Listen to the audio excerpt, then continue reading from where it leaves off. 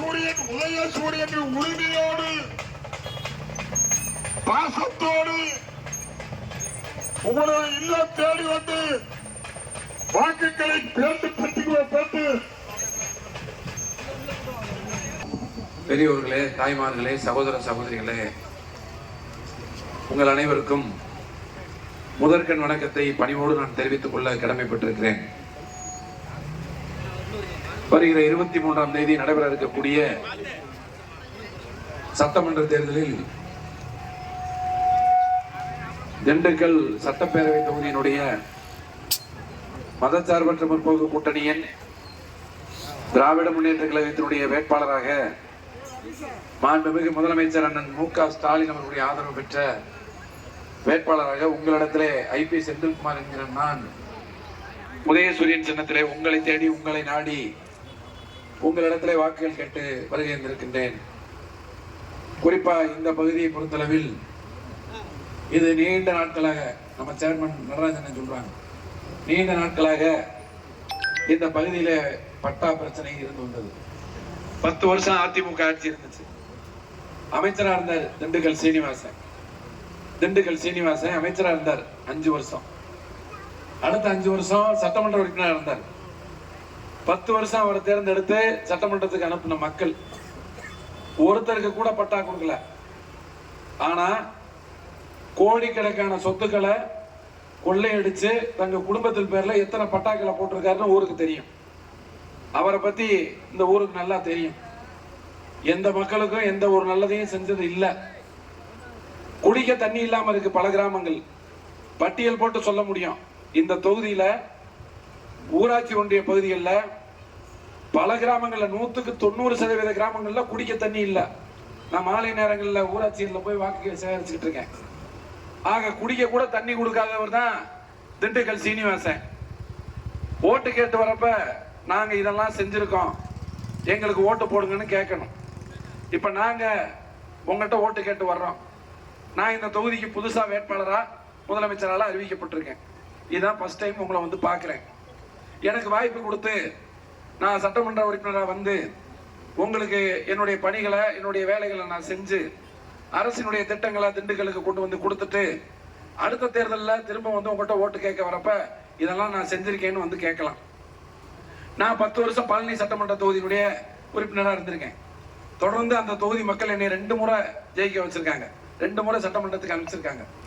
இப்போ ஒருவேளை நான் பழனியில நின்றிருந்தேன்னா இப்ப நான் போய் அந்த மக்கள்கிட்ட என்ன சொல்லி ஓட்டு கேட்பேன்னா, பழனி மருத்துவமனை தாலுகா மருத்துவமனையை மாவட்ட தலைமை மருத்துவமனையா தரம் உயர்த்தி 80 கோடியில அந்த மருத்துவமனைக்கு தேவையான கட்டிடங்களை கட்டி கொடுத்து, பழனி நகரத்துக்கு 120 கோடியில பாதாள சாக்கடை திட்டத்தை கொண்டு வந்து, அங்க இருக்க மார்க்கெட்டு 12 கோடியில கட்டி கொடுத்து, காந்தி மார்க்கெட்டு, அங்க இருக்கிற பஸ் ஸ்டாண்ட் 3.5 கோடியில கட்டி கொடுத்து, அது போக பழனி நகராட்சியை சிறப்பு நகராட்சி ஆக்கி, கொடைக்கானல்ல 34 கோடியில மல்டி லெவல் கார் பார்க்கிங் கொண்டு வந்து, கொடைக்கானல்ல கீழ்குண்டார் கூட்டு குடிநீர் திட்டத்தை 6 மாசத்துல ஆட்சிக்கு வந்து கொடுத்து, இப்படி எல்லாம் சொல்லி நான் ஓட்டு கேட்பேன்.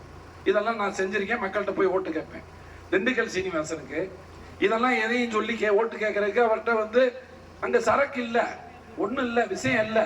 ஏன்னா மக்களை சந்திக்கல, மக்கள் பிரச்சனைகளுக்குள்ள வந்து நிக்கல, மக்கள் பிரச்சனைகளை தீர்க்கல. இப்ப என்ன பண்ணிட்டாருன்னா, என்னைய பத்தி விமர்சனம் பண்ணிக்கிட்டு, அதே போல எங்களுடைய குடும்பத்தை பத்தி விமர்சனம் பண்ணிக்கிட்டு இப்படி பேசித்தான் வாக்குகளை சேகரிச்சுக்கிட்டு இருக்காரு. அதுல பாத்தீங்கன்னா என்னை பற்றி சொல்றாரு, அவர் ஒரு பெரிய மகாத்மாவான்னு கேட்கிறாரு. நான் மகாத்மான்னு என்னை சொன்னோன்னா எனக்கு எதுக்கு இந்த உத்தமர் இப்படிலாம் சர்டிபிகேட் கொடுக்கணும் நான் கேட்கிறேன். இவர் பெரிய உத்தமர், இவர் வந்து எனக்கு நான் சொன்னா நான் மகாத்மான்னு. ஆக மக்களிடத்துல போய் நான் மக்களுக்கு என்ன செய்ய போறேன், நாங்க அடுத்து இந்த பகுதிக்கு என்ன செய்ய போறோம். இப்ப நாங்க சொல்றோம், மாண்புமிகு முதலமைச்சர் நாங்க ஆட்சிக்கு வந்த உடனே மகளிருக்கு கொடுத்த வாக்குறுதிகளை எல்லாம் நிறைவேற்றி இருக்கிறோம். மாதம் 1000 ரூபாய் மகளிர் உரிமை தொகை கொடுத்துட்டு இருக்கோம். இன்றைக்கு இங்க இருக்கக்கூடிய அரசு பேருந்துகளில் பெண்களுக்கு கட்டணம் இல்லாத விடியல் பயணி திட்டம் இன்று வரை தொடர்ந்து கொடுத்துக்கிட்டு இருக்கிறோம். நம்முடைய வீட்டு பிள்ளைகள் 1ஆம் வகுப்பிலிருந்து 5ஆம் வகுப்பு வரை படிக்கக்கூடிய பிள்ளைகளுக்கு காலை உணவு திட்டம் 19 லட்சம் பிள்ளைகளுக்கு தினமும் போட்டுக்கிட்டு இருக்கோம் இன்றைக்கு. அது மட்டுமல்ல, நம்முடைய வீட்டில் இருக்கக்கூடிய பிள்ளைகள், நீங்க கல்லூரிக்கு போற பிள்ளைகளுக்கு இன்னைக்கு மாதம் 1000 ரூபாய் புதுமை பெண் திட்டத்துல, தமிழ் புதுவன் திட்டத்துல கொடுத்துக்கிட்டு இருக்கோம். இன்னைக்கு அது மட்டும் இல்ல, 10 லட்சம் பிள்ளைகளுக்கு படிக்கிற பிள்ளைகள் இன்னைக்கு மடிக்கணினி கட்டணம் இல்லாத விலையில்லா மடிக்கணினி இன்னைக்கு எவ்வளவு குவாலிட்டியா கொடுக்குறோம். ஏஐ, அந்த ஏஐ வந்து எனேபிள் பண்ண ஒரு லேப்டாப் அதிமுக ஆட்சியில கொடுத்தாங்களே ஒரு லேப்டாப், நல்ல செங்க கட்டி மாதிரி அந்த லேப்டாப் அப்ப கொடுத்துருக்கோம். இன்னைக்கு இருக்கக்கூடிய லேட்டஸ்ட் டெக்னாலஜி எல்லாமே எனேபிள் பண்ண ஒரு லேப்டாப்பை இன்னைக்கு நம்முடைய முதலமைச்சர் மாண்புமிகு அண்ணன் ஸ்டாலின் அவர்கள் 10 லட்சம் மாணவர்களுக்கு இந்த ஆண்டு கொடுத்திருக்காங்க. இப்ப தேர்தலில் சொல்லியிருக்காங்க, இனி வருகிற காலகட்டத்தில் 35 லட்சம் மாணவர்களுக்கு நாங்க கொடுப்போம் சொல்லியிருக்காங்க. மகளிர் உரிமை தொகை ஏற்கனவே 1000 கொடுத்துட்டு இருக்கோம், இனி 2000 கொடுப்போம்னு சொல்லியிருக்காங்க. முதியோர் உதவி தொகை 1200 வாங்கிட்டு இருக்கீங்க, இனி 2000 கொடுப்போம்னு சொல்லியிருக்காங்க. மாற்றுத்திறனாளிகளுடைய உதவித்தொகை இப்ப 1500 வாங்கிட்டு இருக்கீங்க, இனி 2500 கொடுப்போம்னு சொல்லியிருக்காங்க. ஆக அது மட்டும் இல்ல, இன்னைக்கு ஒவ்வொரு குடும்பத்துக்கும் 8000 ரூபாய் டோக்கன் கொடுக்க போறோம். அந்த 8000 ரூபாய் டோக்கன்ல உங்க வீட்டுக்கு தேவையான உபயோக பொருட்களை நீங்க எந்த கடையில வேணும்னாலும் உங்களுக்கு தேவைப்பட்ட பொருள், உங்க வீட்டுக்கு எந்த பொருள் தேவையோ அந்த பொருளை நீங்க கேட்டு வாங்கிக்கலாம். 8000 ரூபாய் அண்ணன் ஸ்டாலின் நம்முடைய அரசு உங்களுக்காக அதை கொடுத்தோம். ஆக இப்படி நாங்க செஞ்சிருக்கோம், சொல்றோம். நாங்க செய்ய போறத மக்கள்கிட்ட சொல்றோம். பொதுமக்களை நீங்க நினைச்சு பார்க்கணும். வாக்குறுதி கொடுக்கிறது முக்கியம் இல்ல, அந்த வாக்குறுதிகளை எல்லாம் நிறைவேற்ற வேண்டும்.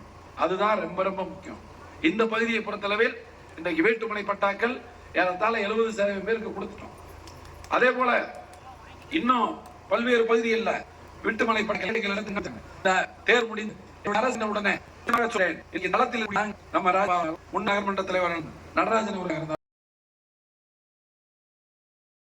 அளந்து உங்களுக்கு எல்லாம் பட்டாக்களை எப்படி பத்தமோ அதே வந்து கொடுப்போம். அதை நான் இந்த நேரத்தில் நான் தெளிவா சொல்லிக்கிறேன். அது மட்டுமல்ல, இந்த பகுதியில் இன்றைக்கு புதிய பாதாள சாக்கடை திட்ட பணி இங்க ஆரம்பிக்கப்பட்டு சிறப்பாக நடந்துகிட்டு இருக்கு.